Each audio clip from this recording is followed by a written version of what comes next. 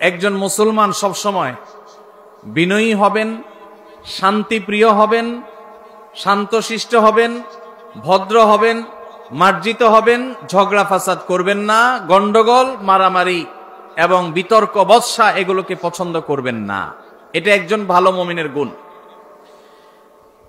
আমি যে আয়াত তেলাওয়াত করেছি সেই আয়াতে আল্লাহ বলেছেন, ওয়া ইবাদুর রহমানিল্লাযীনা ইয়ামশুনা আলাল আরদি হাওনা। রহমানের বান্দা যারা, তাদের যে বৈশিষ্ট্যগুলো আছে তার এক নম্বরের বৈশিষ্ট্য হলো তারা যখন রাস্তা দিয়ে চলাফেরা করে তখন খুব বিনয়ের সাথে চলাফেরা করে, খুব বিনম্রতার সাথে হাঁটে। অহমিকা, অহংকার, দম্ভ এগুলো তাদের চলাফেরার দ্বারা প্রকাশিত হয় না। ওয়া ইযা খাতাবাহুমুল জাহিলুনা ক্বালু সালামা।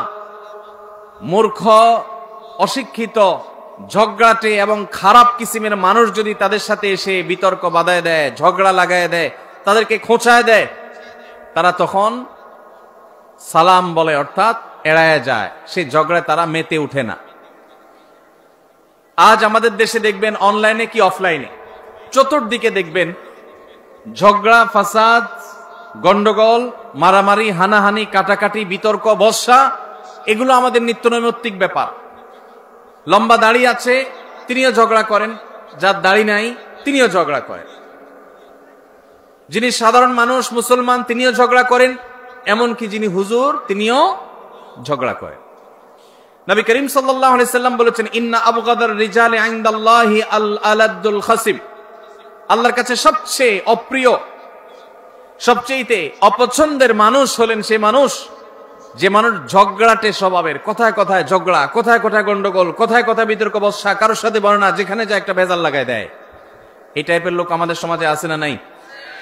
ভাইরা আমার, আমরা অনেকে 5 ওয়াক্ত নামাজ আদায় করি, আল্লাহর মেহেরবানি ওয়াজ মাহফিলে যেতেও কার্পণ্য করি না। আল্লাহর তৌফিক হয়েছে মুখে নবীজির নির্দেশ, সুন্নাহ, এটা দ্বারাও আমরা নিজেদেরকে সুশোভিত করতে পেরেছি। সুন্নতি লিবাস দিয়ে নিজেদেরকে সাজিয়েছি।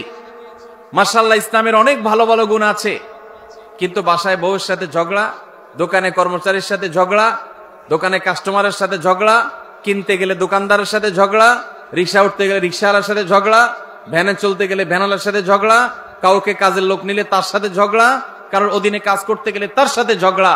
যেখানে যায় ঝগড়া, বিবাদ, বর্ষা, বিতর্ক, এগুলো যেন আমাদের আষ্টে পৃষ্ঠে আজ লেগে আছে।